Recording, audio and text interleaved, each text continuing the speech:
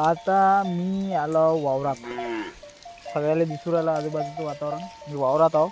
मी बाजूला इथं धान आहे. उन्हाळ्याचं वातावरण आहे त्याच्यामुळे वावर पुरं सुकं पडून आहे. वावरात सध्या काहीच नाही. जिकडं तिकडं पाहिलं तर पुरं सुकं पडून आहे. आणि उन्हाळ्याची दिवस आहे. ह्या वावरात गहू लावला होता. गहू सोंगला, गहू काढला. आता जे गव्हाचं धान आहे त्याच्यात ढोरं चरू राहिले. तिथं म्हशी चरू राहिल्या, गाई चरू राहिल्या, बकऱ्या चरू राहिल्या. म्हणजे जे पाळीव प्राणी आहे ते सगळे चरू राहिले. आणि मस्त निसर्गरम्य असं वातावरण आहे. मस्त वाईब येते.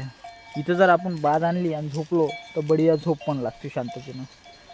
तर ठीक आहे. तर खूप दिवसानंतर मला फुरसत भेटली आणि मी ह्या फुरसत काढून वावरात आलो व्हिडिओ बनवायसाठी. काही गोष्टी होत्या जे की मला सांगूशा वाटते. आता हे तुम्हाला पटन नाही पटन हे तुमचा वेगळा विषय आहे, पण मी डायरेक्ट बोलतो.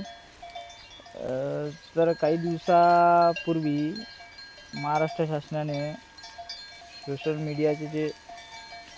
मीडियाच्या माध्यमातून जे सरकारच्या विरोधात बोलतात किंवा सरकारला जे जाब मागतात त्यांचे जे अकाउंट आहे सरकार सस्पेंड करू राहिले. एक्झाम्पल म्हणजे आज जे प्राध्यापक आहे परभणीचे विठ्ठल कांगणे सर, त्यांचं इंस्टाग्राम अकाउंट भारतात सस्पेंड केलं आहे, बॅन केला आहे. याच्यामागचं कारण त्यांनी जे एक व्हिडिओ बनवला होता भोंदू अशोक खरातचा, ते दाखवला गेला आहे नाही ना. म्हणजे तसंच हे चुकीचं आहे. याचा मी निषेध व्यक्त करतो. हे अतिशय चुकीचं आहे मला असं वाटतं. तर ठीक आहे. बऱ्याचशा अशा सोशल मीडियाच्या पॉलिसी आहे जे की मी बी वाचील आणि त्याच्या अनुसरूनच मी पुढं बोलील. त्याच्या अनुसरूनच मी पुढं व्हिडिओ पण टाकील. त्या व्हिडिओमध्ये एवढंच सांगायचं होतं, एवढंच बोलायचं होतं.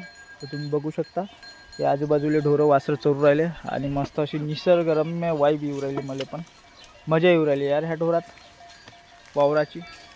तुम्ही पण या वावरात कधी आहे ना. वावरातलं वातावरण नक्कीच चांगलं असते. वावरात ढोरं चरत आहे.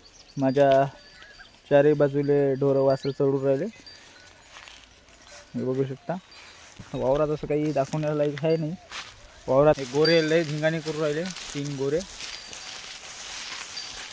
आणि इकडे बकऱ्या आहे, हे गाय, हे बकरी. हां, बकरी चारा खाऊ राहिली. पयाट्या आहे इकडं. त्याला कापूस लागला होता. आता उलंगवाडी आली, वावरातली उलंगवाडी झाली. हे गहू होता. हे गव्हाचं जे हे आहे त्याच्यातच बैल चोरू राहिले. खूप सारे बैल आहे. तिकडे विहीर आहे. विहीरचे काही नजर दाखवून हे गोरे लय धिंगाणे करू राहिले तेव्हापासून. त्याला आता खेचतो मी.